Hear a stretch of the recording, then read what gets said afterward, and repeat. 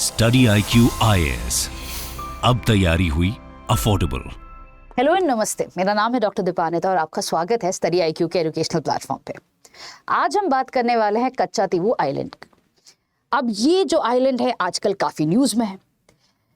कई स्कॉलर्स या जो एडिटर्स या राइटर्स हैं जो कह रहे हैं कि ये इशू जो है वो इलेक्टोरल गेन्स के वजह से डिस्कशन में है। इस इलेक्शन को लेके ही ये इशू को रेज किया गया है। ऑन दी अदर हैंड अगर आप देखते हो ये कोई नया इशू नहीं है। बहुत बार ये इशू एक्चुअली लाइमलाइट पे लेके आया गया था, बट इसको दबा भी दिया गया है।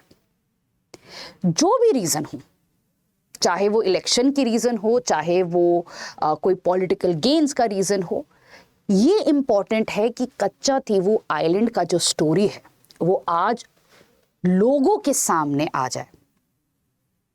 अब ये जो स्टोरी है ये इतना आसान स्टोरी नहीं है, बाहुबली टाइप स्टोरी नहीं है।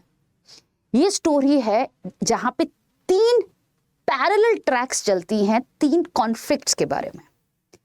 इसमें बहुत जगह पे फ्लैशबैक्स हैं, बहुत जगह पे अग्रीमेंट्स हैं और बहुत जगह पे हिडन मीटिंग्स के बाद लेटर्स लिखी गई थी जिसको बाद में अग्रीमेंट बोला गया है।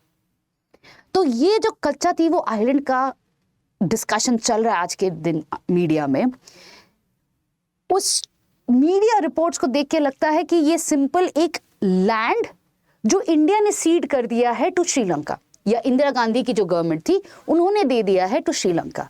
बट इतना आसान कहानी नहीं है इसमें। क्यों सीड किया गया है, ये एक्चुअली लैंड किसका है, उस समय पे क्या और अग्रीमेंट्स चल रही थी, कई सारे चीज़ों को एक होलिस्टिक अप्रोच में ये कच्चातीवू आइलैंड के कॉन्फ्लिक्ट को समझना पड़ेगा। और आज हम इस वीडियो में यही करने वाले हैं। हम ये जो 3 पैरेलल ट्रैक्स हैं, सबसे पहले तो लैंड को लेके डिस्कस करेंगे कि ये एग्जैक्टली लैंड किसका है और 1974 और 76 अग्रीमेंट में एग्जैक्टली क्या लिखा हुआ है जिससे कि इंडिया ने ये सीड कर दिया। दूसरा चीज़ हम बात करेंगे पीपल। कौन से पीपल? इंडियन तमिल्स जो श्रीलंका में प्लांटेशन वर्कर्स की तरह लेके गए थे ब्रिटिशर्स ने। अब जब इंडिपेंडेंस का समय आता है तब श्रीलंका रिफ्यूजेस, उस समय पे Ceylon refuses to actually give state citizenship to these Indian Tamils. ये जो स्टोरी है ये भी काफ़ी इंपॉर्टेंट है क्योंकि कहीं ना कहीं ये स्टोरी भी पैरेलल रन करता है कच्चातीवू आइलैंड के कॉन्फ्लिक्ट के साथ। तो इस स्टोरी को भी समझेंगे। और तीसरा चीज जो समझेंगे जो है fishing rights of Indian fisherman. आप चाहे हमारे external affairs minister S Jaishankar ji का स्टेटमेंट देख लो, या आप DMK के जो चीफ हैं स्टालिन उनका स्पीच देख लो, या के अन्नामलाई का स्पीच देखो। हर जगह पे बात तो कच्चातीवू को लेके हो रही है, बट कंसर्न है फिशिंग राइट्स को लेके। तो ये तीनों जो पैरेलल ट्रैक्स चल रही हैं लगता है इंटरलिंक्ड हैं, बट एक्चुअली में they are completely parallel stories going on, जिसका इम्पैक्ट एक दूसरे पे होता रहता है थ्रू आउट हिस्ट्री। चलिए इस कॉम्प्लिकेटेड स्टोरी को समझते हैं। तो सबसे पहला कि ये कच्चातीवू आइलैंड है कहाँ पे। ये 285 एकड़ का अनइनहैबिटेड लैंड है पार्क स्ट्रेट।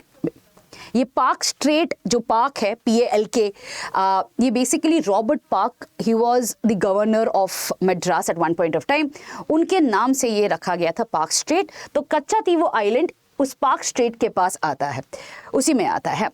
अब ये 1.6 किलोमीटर इन लेंथ है और स्लाइटली ओवर 300 मीटर्स वाइड है एट द ब्रॉडेस्ट पॉइंट। अब इम्पॉर्टेंट ये है कि ये शैलो वाटर्स में है, तो हाई टाइड और लो टाइड पे डिपेंड करता है कि एग्जैक्ट साइज क्या है इस आइलैंड का। उसके बाद the second thing that is very important is the distance. अगर आप मैप में देखते हो so it is about 33 kilometres from Rameswaram. अब रामेश्वरम से Dhanushkodi is the last point और वहां से ये राम सेतु निकलता है जो जाफना एरिया में टच करता है। Jaffna is basically northern part of Sri Lanka. ठीक है, अब कच्चातीवू से अगर आप देखोगे तो 62 किलोमीटर्स पे आता है जाफना। 1962 से पहले there was a connectivity between Rameswaram to Jaffna via Dhanushkodi. But उसके बाद क्या होता है, धनुषकोडी में देयर वाज नेचुरल डिजास्टर जहाँ पे रेल लाइन्स टूट जाती हैं, उसके बाद से ये कनेक्टिविटी टूट जाता है। अब कच्चातीवू जो आइलैंड है वो अनइनहैबिटेड है, वहाँ पे सिर्फ एक छोटा सा चर्च है और उस चर्च में हर साल एक फेस्टिवल होता है जहाँ पे Sri Lankan and Indian fisherman go for pray. ये डायोसीज ऑफ जाफना के अंडर आता है ये चर्च, ठीक है। तो this is basically the geographical situation of this island.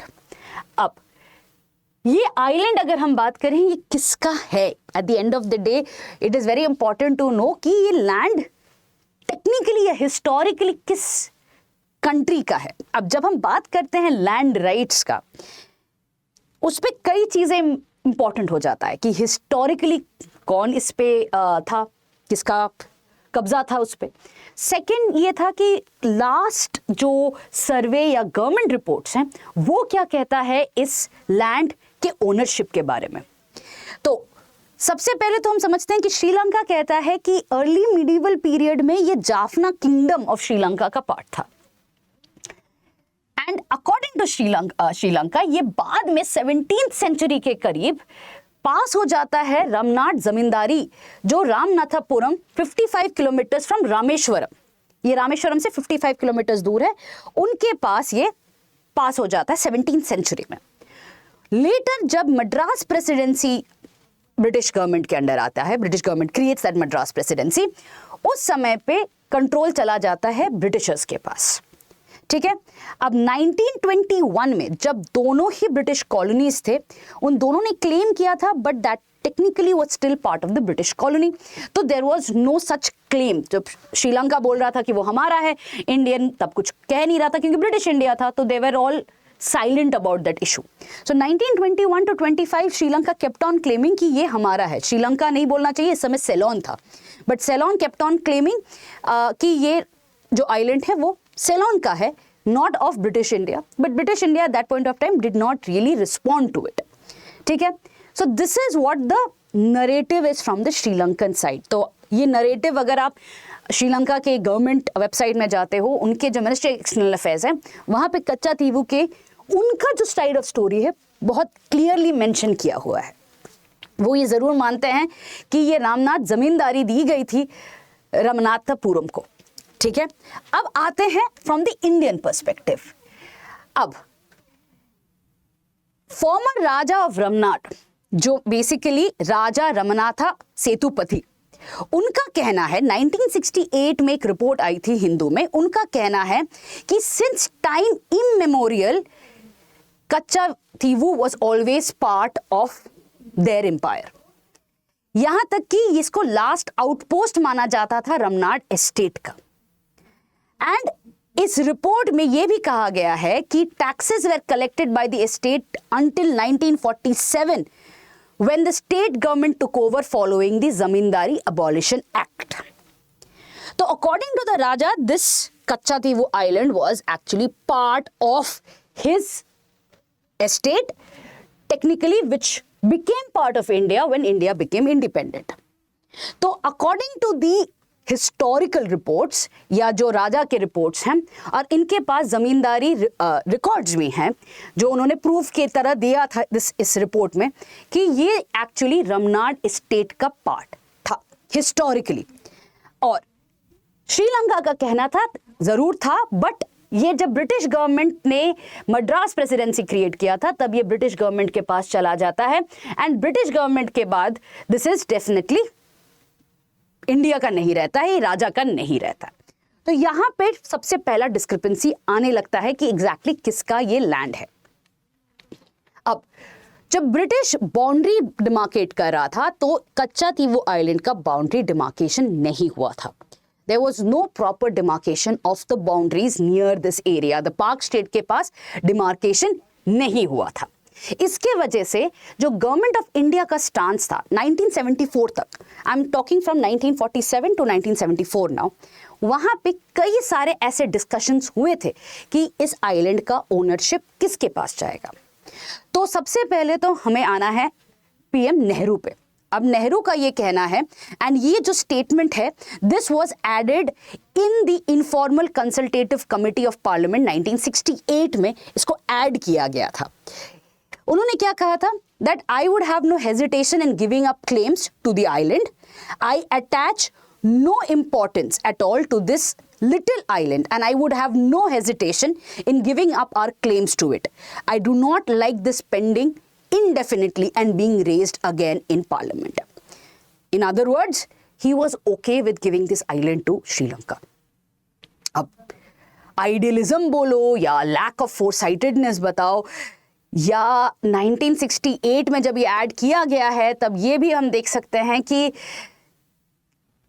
ये जो पीएम नेहरू के जो आइडियलिस्टिक फॉरेन पॉलिसी था, चाहे हम हिंदी चीनी भाई भाई बोल दें, चाहे हम यूएन में कश्मीर इशू को ले जाने की बात कर ले, कहीं ना कहीं हमेशा लैक ऑफ फोरसाइटेडनेस ही दिखाया है।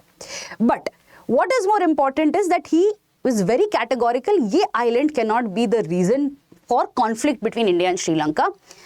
इस आइलैंड को अगर देना है तो दे दिया जाए।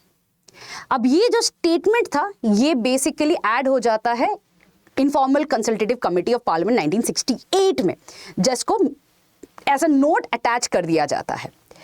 अब उसी समय पे अटॉर्नी जनरल एमसी सेतलवाद का भी एक स्टेटमेंट आता है, when he says the matter is by no means clear और free from difficulty, but on the assessment of the whole evidence, it appears to me that the balance lies in concluding that the sovereignty of India was and is in India.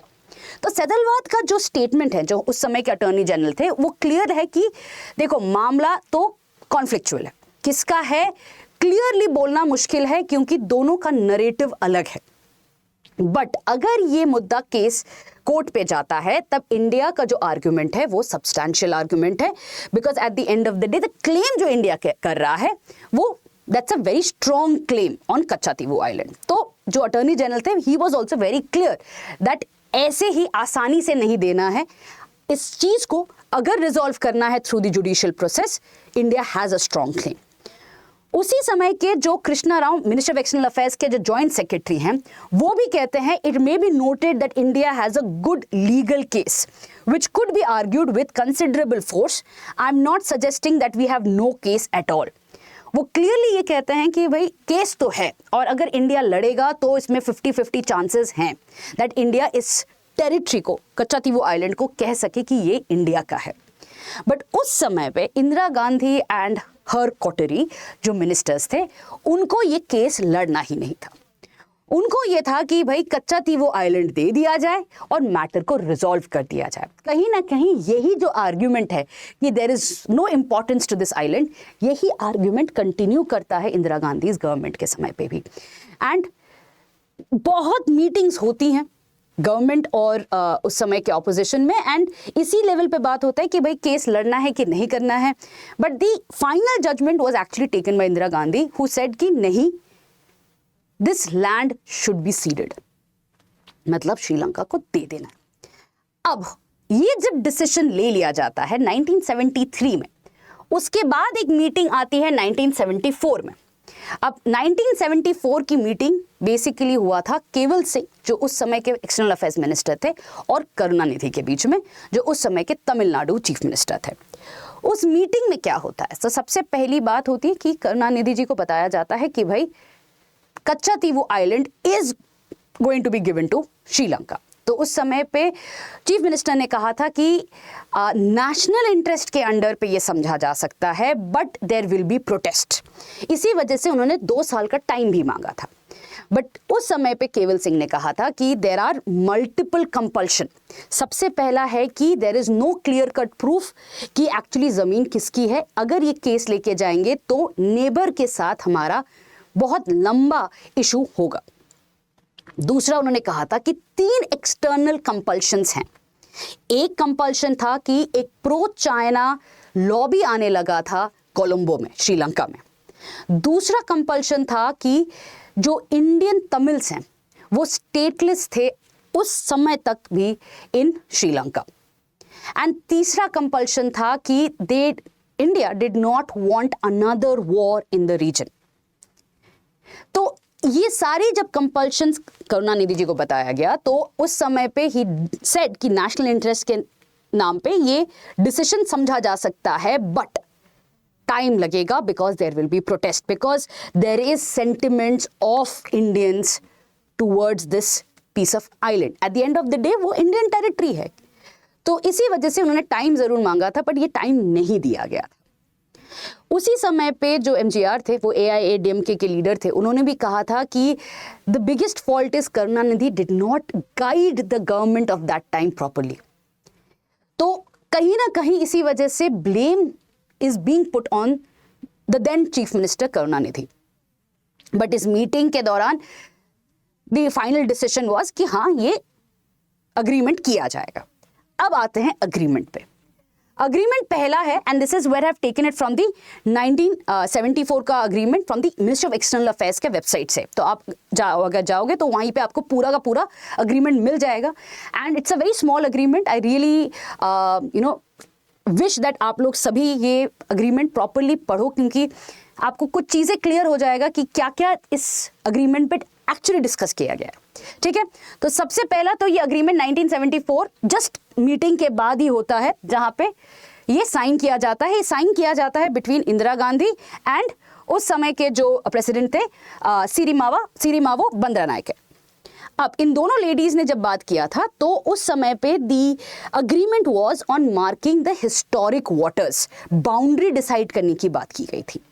अब article 5 and 6 is what is important. Article 5 क्या कहता है कि subject to the foregoing, Indian fishermen and pilgrims will enjoy access to visit Katchatheevu. जैसे पहले किया जाता था वैसे ही एक्सेस मिलेगा और उनको कोई ट्रैवल डॉक्यूमेंट्स और वीजाज नहीं चाहिए होगा टू विजिट कच्चातीवू. तो जैसे पहले एक्सेस था to fisherman as well as to the pilgrims, वैसा ही एक्सेस रहेगा. So in other words, even though Kachativu was given, boundary जब मार्क किया गया था तो Kachativu was given to Sri Lanka, but access was clearly given to the Indian fishermen. The second thing is कि the vessels of India and Sri Lanka will enjoy in each other's waters such rights as they have traditionally enjoyed. So जो historic waters है, जो traditional rights है Indian fishermen का, इस article में protected था कि जो हिस्टोरिकली वो वहाँ पे फिश किए हैं उस आइलैंड में वो लोग ने, बिकॉज बहुत बार ऐसा हुआ है कि they have stopped in that island, taken some rest, उसके बाद फिर से फिशिंग में निकल गए. तो ये सारे राइट्स इस आर्टिकल 6 में प्रोटेक्टेड था. अब आर्टिकल 5 और 6 क्लियरली मेंशन करता है कि Katchatheevu even though is with Sri Lanka but fishing rights are with, जो ट्रेडिशनली एंजॉय किया गया है दोनों के पास है including India. This is very important. Okay, अब ये चीज एक अबाउट टर्न ले लेता है 1976 में. 1976 again there is an agreement. इस बार बात होती है maritime boundary in the gulf of Mannar and the bay of Bengal.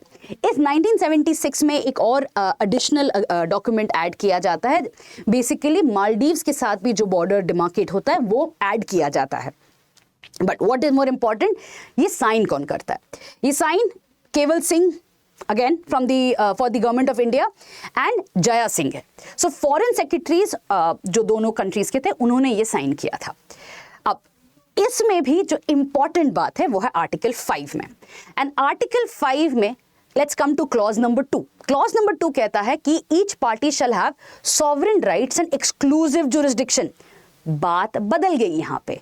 अब exclusive jurisdiction की बात आने लगी है कि जो मैरीटाइम बाउंड्री रहेगा वो एक्सक्लूसिव जुरिस्डिक्शन रहेगा हर कंट्री का. दैट मीन्स जो ट्रेडिशनल राइट्स पहले के 1974 में मेंशन किया गया था वो हटा दिया गया. कंप्लीट यू टर्न एकदम. एंड यहाँ पे क्लियरली मेंशन किया जाता है क्लॉज 3 में कि each party shall respect rights of navigation through its territorial sea. This also ensures कि जो पहले फिशिंग राइट्स थे कि they can go and stop take rest in that island, वो हटा दिया जाता है. तो ये बेसिक प्रॉब्लम है 1974 और 76 में. एक तरफ तो आपका लैंड दे दिया गया है टू श्रीलंका, दूसरी तरफ फिशिंग राइट्स जो प्रॉमिस की गई थी 1974 अग्रीमेंट में वो 1976 में हटा दिया जाता है. अब ये तो बात क्लियर है. प्रॉब्लम होता है कि इस बात को कई बार तमिलनाडु के जो चीफ मिनिस्टर्स थे, specially Jayalalithaa, she raises it, बार बार रेज करती है, बल्कि एक रिट पिटिशन भी फाइल करती है 2008 में कि भाई एग्जैक्टली किस तरीके से ये लैंड दिया गया है। और उस रिट पिटिशन का I want to briefly mention, because उस रिट पिटिशन में शी बेसिकली सेज दैट ये दोनों अग्रीमेंट अनकॉन्स्टिट्यूशनल है based on the Berubari union case, जहां पे इंडिया और पाकिस्तान, उस समय पे ईस्ट पाकिस्तान को लेके, टेरिटरी ऑफ बेरूबारी को लेके भी बात हुआ था, and supreme court had actually जो नेहरू नून अग्रीमेंट है उस पे बात की थी। तो बेरूबारी यूनियन केस के अगेंस्ट पे ये रिट पिटिशन फाइल किया था और जयललिता का आर्ग्यूमेंट ये था कि ये दोनों अग्रीमेंट भी अनकॉन्स्टिट्यूशनल है। आज भी वो रिट पिटिशन सब जुडिस है। इसके अलावा एक और रिट पिटिशन फाइल की जाती है 2013 में, और वो भी रिट पिटिशन इसी बात पे है कि एग्जैक्टली कैसे इंडियन गवर्नमेंट ने ये लैंड सीड किया है टू श्रीलंका। ये भी मैटर सब जुडिस है सुप्रीम कोर्ट पे। तो दो रिट पिटिशंस आज भी सुप्रीम कोर्ट में, बिकॉज इट्स सब जुडिस, इट्स वेरी डिफिकल्ट और it should not be actually debated कि एक्चुअली किस तरीके से दिया गया है, इज इट कॉन्स्टिट्यूशनल और नॉट कॉन्स्टिट्यूशनल। बट एक और चीज हुआ था 2015 में। 2015 में एक आरटीआई का रिप्लाई आया था टू श्री अलादी गुरुस्वामी, और इस आरटीआई का रिस्पॉन्स जो था मिनिस्ट्री ऑफ एक्सटर्नल अफेयर्स ने दिया था। I want to actually draw your attention, तो 2 लाइन देना इस पे। तो दिस इज बेसिकली क्वेश्चन क्या है, I want a detail about Kachchatheevu, who's the real owner of this island, India और Sri Lanka, and do you have any written documents of the ownership. इसमें 1974 और 1976 अग्रीमेंट पे बात की गई है, और ये बोला गया है this did not involve either acquiring or ceding of territory belonging to India since the area in question had never been demarcated। ये रिस्पॉन्स आया है 2015 में। क्वेश्चन भी पूछा गया है 2015 में, 25 जनवरी को ये मिनिस्ट्री के पास आया था, भेजा गया था 15 जनवरी को, एंड रिस्पॉन्स किया गया है 27 जनवरी 2015। इसमें क्लियरली मार्क किया हुआ है कि ये जो इशू है इसमें ना कोई अक्वायरिंग या सीडिंग ऑफ टेरिटरी नहीं है, क्योंकि ये एरिया कभी डिमार्केट किया नहीं गया था।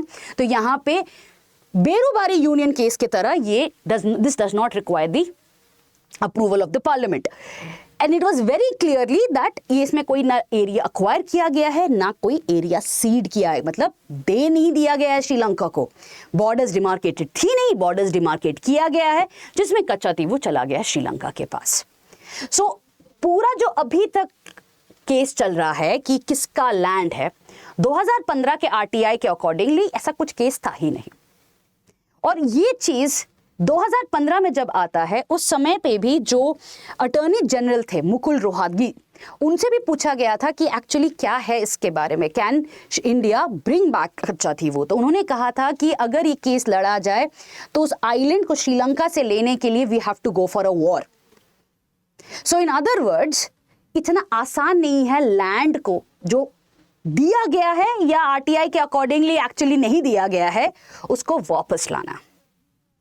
तो कहानी इतनी आसान नहीं है जैसे कि आज के दिन में मीडिया बता रहा है कि देयर वाज क्लेम, उसके बाद दबा दिया गया। तो यहाँ पे मल्टीपल पार्टीज इन्वॉल्व हैं, और आज के दिन जमीन वापस लेने की बात नहीं हो रही है, कुछ और चीज पे बात हो रही है। चलिए, ये तो एक कहानी हो गई। अब आते हैं दूसरे कहानी पे। दूसरा कहानी है इंडियन तमिल्स का। तो श्रीलंका में बेसिकली सिन्हला पॉपुलेशन है, जो बेसिकली श्रीलंकन लोग हैं, वो बुद्धिस्ट हैं, एंड वो लोग सिन्हला लैंग्वेज बोलते हैं, वो मेजॉरिटी में है। उसके अलावा तमिलियंस हैं। अब तमिल्स भी 2 तरह के हैं, एक है श्रीलंकन तमिल्स जो बेसिकली बहुत साल पहले श्रीलंका में आके सेटल हो चुके हैं, और दूसरा है इंडियन तमिल्स जो बेसिकली कॉलोनियल पीरियड में ब्रिटिशर्स लेके आए थे फॉर प्लांटेशन वर्किंग, चाहे वो टी हो, कॉफी हो, रबर हो, स्पाइसेस हो, उन प्लांटेशंस में काम करने के लिए ब्रिटिशर्स बेसिकली लेके आए थे इंडियंस को श्रीलंका में या सेलोन में काम करने के लिए। और ये जो इंडियन तमिल्स है वो बेसिकली सेंट्रल श्रीलंका में, जहाँ पे प्लांटेशंस जैसे कि कैंडी हो गया, ऊना हो गया, ऐसे जगह पे बेसिकली ये लोग रहते हैं। अब जब इंडिपेंडेंस होता है तब उस समय पे देखा गया था कि 7,80,000 इंडियन तमिल प्लांटेशन वर्कर्स हैं। इतने लोगों को श्रीलंका ने कहा कि हम तो इनको सिटीजनशिप नहीं देंगे। क्यों नहीं देंगे? क्योंकि इंडिपेंडेंस के बाद ही श्रीलंका में सिन्हला डोमिनेशन बहुत ज़्यादा बढ़ जाता है। सिन्हला जो ग्रुप है वो पॉलिटिक्स को भी डोमिनेट करते हैं, एजुकेशन को, पुलिस में, सभी जगह पे दे स्टार्ट डोमिनेटिंग, और सिन्हला ओनली का कंसेप्ट लेके आते हैं श्रीलंका में, जहां पे तमिल्स को एकदम राइट्स नहीं मिलता है, बल्कि दे आर सेट कि आप लोग वापस इंडिया जाओ। तो ये 7,80,000 इंडियन तमिल प्लांटेशन वर्कर्स को वो लोग सिटीजनशिप नहीं देते हैं, इंडिया को कहते हैं कि भाई they are going to go back. उस समय पे India was not ready to take so many Indians back, क्योंकि ऑलरेडी पार्टीशन का ट्रॉमा, उसके बाद कंट्री वाज इकोनॉमिकली वीक, तो कई सारे रीजंस थे। इसके वजह से 7,80,000 इंडियन तमिल्स बिकेम स्टेटलेस, उनके पास कोई सिटीजनशिप नहीं रहा। इस चीज को रिजॉल्व करने के लिए नेहरू कोतेलावाला पैक्ट आता है 1953 में, जहां पे ये बोला जाता है कि ठीक है, हम उन्हीं को सिटीजनशिप देंगे जो 3 जनरेशन से यहीं पे हैं, और जिनको जिनको रिपैट्रिएट करना है इंडिया में वो चले जाए तो उनको इंडियन सिटीजनशिप मिल जाएगा। अब प्रॉब्लम ये है कि 3 जनरेशन से किसी के पास ऐसा डॉक्यूमेंटेशन नहीं था to prove that they have stayed in Sri Lanka. On top of it, इतने साल से जो इतने यहाँ पे हैं, they did not want to go back to India, repatriate नहीं किए।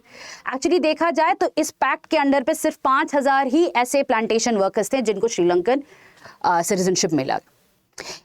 प्रॉब्लम सॉल्व नहीं हुआ। नेक्स्ट आता है श्रीमावो शास्त्री पैक्ट इन 1964। यहाँ पे बात होती है कि ठीक है, एक particular number of Indian Tamils को सिटीजनशिप मिला जाएगा, but rest India is going to help in repatriation. Word हुआ था हेल्प, कि लोगों को बोला जाए कि आप वापस इंडिया आ जाओ। तो ये भी इस पैक्ट में बड़ा क्लियर था कि भाई इतने ही लोगों को हम देंगे सिटीजन, 1 लाख के करीब था, rest everybody had to go back to India. But problem ये हो गया 1964 में 7,80,000 का जो नंबर था वो एक्चुअली बढ़ गया था, इट वाज 1 लाख मोर। तो 1 लाख को सिटीजनशिप देने के बाद भी India was looking at a huge number of Indians coming back, तो वो नहीं हो पाया। फाइनली 1970 में श्रीमावो गांधी पैक्ट होना शुरू होता है। ये गांधी पैक्ट भी बड़ा इंटरेस्टिंग है। शुरुआत होती है जनवरी 1974 में, एक्चुअली एक लेटर से, एंड एक्सचेंज ऑफ लेटर शुरू होता है बंदरानायका और इंदिरा गांधी में regarding citizenship of these Indian Tamils. And Indira Gandhi का यह आर्ग्यूमेंट था कि इतने लोगों को तो इंडियन रिपैट्रिएट नहीं कर पाएगा या सिटीजनशिप नहीं दे पाएगा, तो एटलीस्ट अ सब्सटैंशियल नंबर को अगर सिटीजनशिप मिले तो then India would be doing something in goodwill. तो ये लेटर्स एक्सचेंज होने लगता है, और इसी लाइट में हमें ये भी देखना चाहिए कि कच्चाथीवू आइलैंड का डिस्कशन भी शुरू होता है इन इंदिरा गांधी गवर्नमेंट। एंड केवल सिंह जो जाके करुणानिधि को ये समझाता है कि भाई एक्सटर्नल कंपल्शन है, यही एक्सटर्नल कंपल्शन को लेके वो बात भी करता है। बट प्रॉब्लम ये होता है कि इंदिरा गांधी और श्रीमावो पैक्ट 1974 वाले में बात तो होता है कि सब्सटैंशियल लोगों को सिटीजनशिप मिलेगा, श्रीलंकन सिटीजनशिप मिलेगा। उसी के लाइट में बॉर्डर अग्रीमेंट भी हो जाता है, मैरीटाइम बॉर्डर अग्रीमेंट भी हो जाता है, बट इनको सिटीजनशिप नहीं मिलता है। Now this is a big disillusionment. Again आप ये कह सकते हो कि फोरसाइटेडनेस था नहीं, रॉन्ग ट्रस्ट था, there are multiple things out here. But ये जो पैक्ट था दोनों के बीच में, ये पैक्ट बेसिकली क्या करता है, जब ये फ्रूटिफाई नहीं होता है, प्रॉपर रिजल्ट नहीं देता है, तो Indira Gandhi starts becoming disgruntled with Sri Lanka, and धीरे धीरे he or she basically starts going against Sri Lanka. और उसी समय पे आपका स्टार्ट ऑफ एलाम वॉर भी शुरू होने लगता है 1983 के करीब, जहां पे तमिलियन इंसर्जेंसी शुरू होता है इन श्रीलंका। बहुत लोगों ने ये कहा है, एक्चुअली एकेडमिक वर्क्स हैं, कि actually Indira Gandhi was behind the Tamil insurgency in Sri Lanka. अब जो पहला अलार्म वॉर है वो 1983 टू 87 है। 87 में इंडो श्रीलंका पीस अकॉर्ड आता है जो जयवर्धने और राजीव गांधी के बीच में साइन होता है 1987 में, और फाइनली एक सोल्यूशन दिया जाता है which is known as the 13th amendment, जो आज भी बात होती है कि श्रीलंका में अगर तमिलियन पॉपुलेशन को राइट्स मिलना है वो 13th अमेंडमेंट के अंडर ही आएगा, जहां पे डेवोल्यूशन ऑफ पावर पे फोकस किया गया है। अब ये जो कहानी है वो बहुत लंबी है, इस वीडियो में कवर नहीं कर पाएंगे। अगले वीडियो में definitely I try to touch upon the 13th amendment issue. But ये जो एक इशू था स्टेटलेस पीपल का, ये डेफिनेटली एक क्राइटेरिया जरूर था for the 1974 maritime border, that is Katchatheevu island के ऊपर। शायद गुडविल के नाम पे ये अग्रीमेंट किया गया था, शायद इंदिरा गांधी ने ये सोचा था कि आइलैंड दे के ये वाला प्रॉब्लम रिजॉल्व किया जाए, कई सारे चीज़ें हो सकती हैं, बट हाँ 1974 में ये दोनों चीज़ें ज़रूर हुई हैं। Now it's up to you how you want to connect the dots. अब आते हैं तीसरे स्टोरी पे। तीसरा स्टोरी होता है आपका फिशिंग राइट्स को लेके। अब फिशिंग राइट्स में we have to come to the 40th amendment act 1976 में, जहां पे क्लियरली ये बताया जाता है कि पार्लियामेंट के पास राइट है to basically demarcate the maritime boundary, चाहे वो एक्सक्लूसिव इकोनॉमिक जोन हो, कॉन्टिनेंटल शेल्फ हो या टेरिटोरियल वाटर्स हो। और इसी राइट के अंडर पे अगर आप देखोगे 1976 का जो अकॉर्ड है, बेसिकली अग्रीमेंट है, वो भी इसी लाइट में there was a clear cut demarcation करने की कोशिश की गई थी कि एग्जैक्टली किसका क्या टेरिटोरियल वाटर्स है। So again there was a step taken in the Indian politics जिसका जो impact था वो 1976 अग्रीमेंट पे है। दूसरा चीज होता है यूएन में UNCLOS के लेके डिस्कशन शुरू होता है, जो फाइनली 1982 में फिनिश होता है and India basically signs it in 1982। UNCLOS क्या है? United Nations conventions of the law of सी।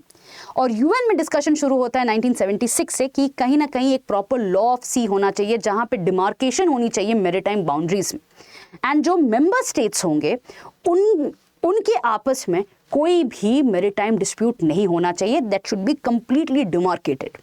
तो ये दोनों चीजें 1976 में कहीं ना कहीं इंपैक्ट जरूर करती है on India demarcating the boundary line in the way it has done in the 1976 agreement. अब प्रॉब्लम ये हो जाता है फिशरमैन पे इम्पैक्ट। तो सबसे पहला तो इम्पैक्ट होता है कि अगर आप रीसेंट लास्ट डिकेड के नंबर्स देखोगे from 2014 to 2024, even though the numbers have gone down, हर साल 400 से ज्यादा Indian fisherman are actually caught by Sri Lankan navy and the coastal guards. उनके शिप्स को ले लिया जाता है।